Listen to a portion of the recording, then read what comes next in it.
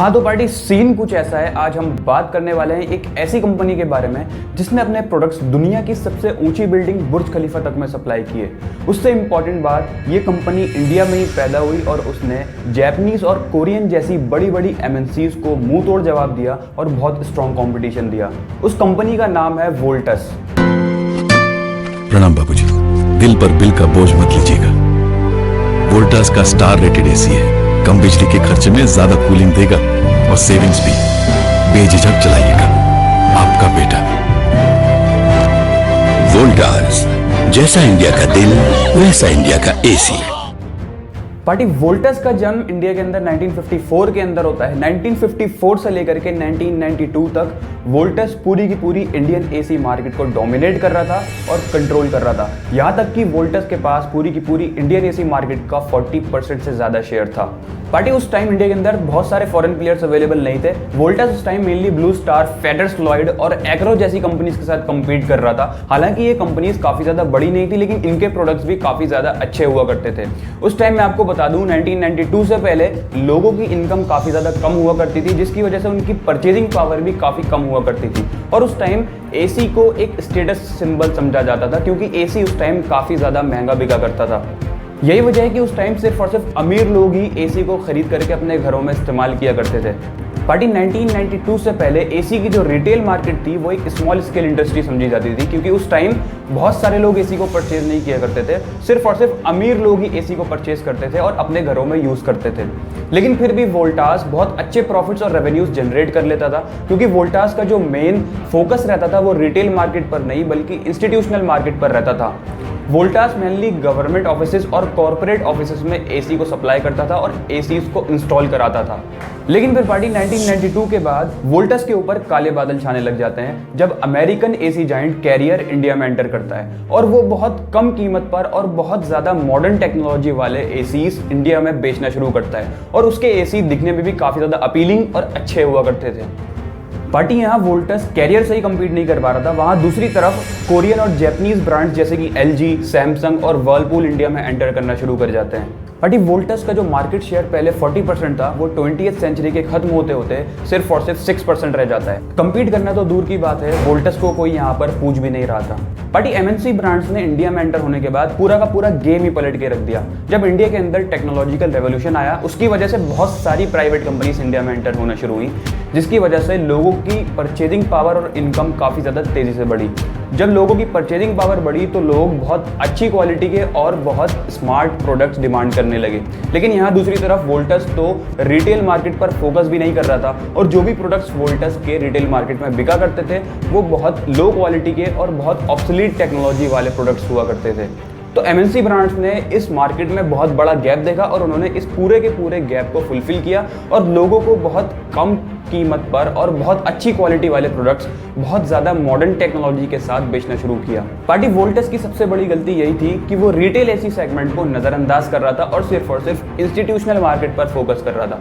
जैसे कि मैंने आपको पहले बताया कि वोल्टस का जो मेजर रेवेन्यू होता था वो इंस्टीट्यूशंस में और गवर्नमेंट ऑफिस में अपने एसी सप्लाई करके और एसीज को इंस्टॉल करके आता था। पार्टी वोल्टस की इसी गलती की वजह से डिस्ट्रीब्यूटर्स अपनी दुकानों पर देखते ही देखते एमएनसी ब्रांड्स के एसीज रखने लगे और वोल्टस को हटाते गए। बल्कि ईयर 2000 आते आते एसी की दुकानों पर सिर्फ और सिर्फ एमएनसी ब्रांड्स के एसी ही बिकने लगे। पार्टी ईयर 2000 के बाद जब वोल्टस ने देखा कि वो मार्केट में अपनी पोजीशन को खोता जा रहा है, तो वोल्टस ने हर वो मुमकिन कोशिश की जिसकी वजह से वो अपनी खोई हुई पोजीशन को वापस पा सके। पार्टी वोल्टस ने बदलती हुई मार्केट को बहुत अच्छे से समझा, उनके कस्टमर्स को और कंज्यूमर्स को क्या चाहिए ये भी समझा और अपने कॉम्पिटिटर्स को काफी ज्यादा बारीकी से समझा। और अब फ्यूचर में क्या करना है, वोल्टस ने ये भी टाटा ग्रुप के साथ बैठ करके कंसल्ट किया। फिर टाटा ग्रुप ने डिसाइड किया कि हमें वोल्टस की बिजनेस डायरेक्शन को पूरी तरीके से बदलना होगा और हमें वोल्टस की मार्केटिंग के ऊपर सबसे ज्यादा ध्यान देना होगा।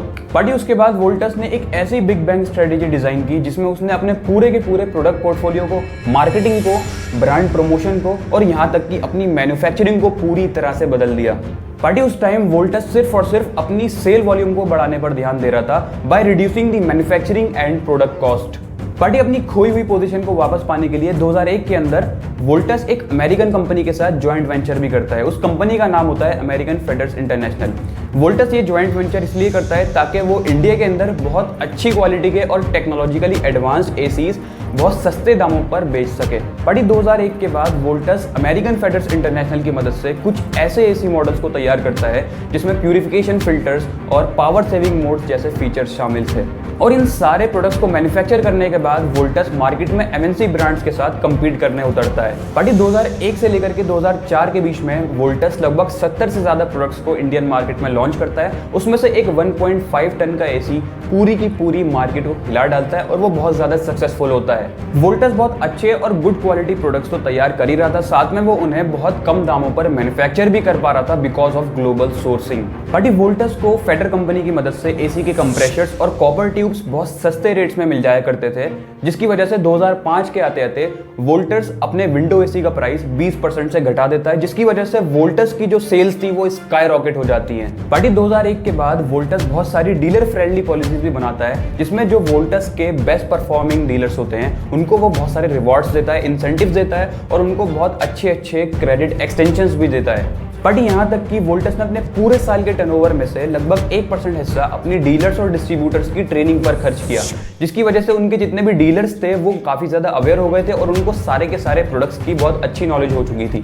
अब जब भी कोई कस्टमर उनके पास कोई एसी खरीदने आता था तो वो कस्टमर की नीड को और डिमांड को काफ़ी अच्छे तरीके से समझ पाते थे और उनकी नीड के हिसाब से वही सेम प्रोडक्ट दिखाते थे, जिसकी वजह से कस्टमर भी काफ़ी ज़्यादा खुश हुआ करता था। पार्टी डीलर्स और डिस्ट्रीब्यूटर्स को ट्रेन करने से वोल्टस को एक और फायदा हुआ, वो ये था कि वोल्टस का अब वर्कफोर्स रखने का खर्चा काफी ज्यादा कम हो चुका था। इसके बाद पार्टी वोल्टस ने अपने ब्रांड प्रमोशंस पर और भी ज्यादा फोकस करना शुरू किया। वोल्टस ने अपने प्रमोशंस के अंदर और एडवर्टीजमेंट्स के अंदर एयर फिल्टर्स और पावर सेविंग मोड जैसे फीचर्स को दिखाना शुरू किया। पार्टी एडवर्टीजमेंट्स और प्रमोशंस की वजह से हर घर में हर कोई वोल्टस का नाम जानने लगा था। पार्टी यहाँ तक कि शाहरुख खान जैसे बड़े बड़े एक्टर्स ने भी वोल्टस के ब्रांड्स को प्रमोट करना शुरू किया and it was an instant success. Party 2006 के आते आते वोल्टस की इमेज पूरी तरीके से बदल चुकी थी और वो एक इंडिया का एसी बन चुका था, क्योंकि वो हर आम आदमी को टारगेट कर रहा था। पार्टी ये सारी की सारी चीजें वोल्टस ने अपना खोया हुआ मार्केट शेयर वापस पाने और ज्यादा से ज्यादा लोगों तक अपना एसी पहुंचाने के लिए की थी। और पार्टी आज तक वोल्टस ने अपना मार्केट शेयर बहुत अच्छे से रिटेन किया हुआ है। यहाँ तक कि पार्टी जब इंडिया के अंदर डिमोनेटाइजेशन हुआ था तो एलजी जैसी बड़ी बड़ी एमएनसीज ने भी 2017 के अंदर अपनी गिरती हुई सेल्स की वजह से एसी सेगमेंट को छोड़ दिया था, लेकिन वोल्टस को कुछ खास असर नहीं पड़ा था क्योंकि वो एक होम ग्रोन कंपनी थी। पार्टी आज की इस वीडियो से हमें सबसे बड़ा लेसन ये सीखने को मिला है कि never under estimate your competitors. Party आज की इस वीडियो में इतना ही। अगर आपको इसी तरीके की फाइनेंशियल बेस्ड और बिजनेस बेस्ड वीडियोस पसंद आती हैं तो आप चैनल को सब्सक्राइब कर सकते हो और वीडियो को लाइक भी कर सकते हो, ताकि आप जैसे लोगों को यूट्यूब और भी ये वीडियो रिकमेंड करे। मिलते हैं नेक्स्ट वीडियो में। Thank you.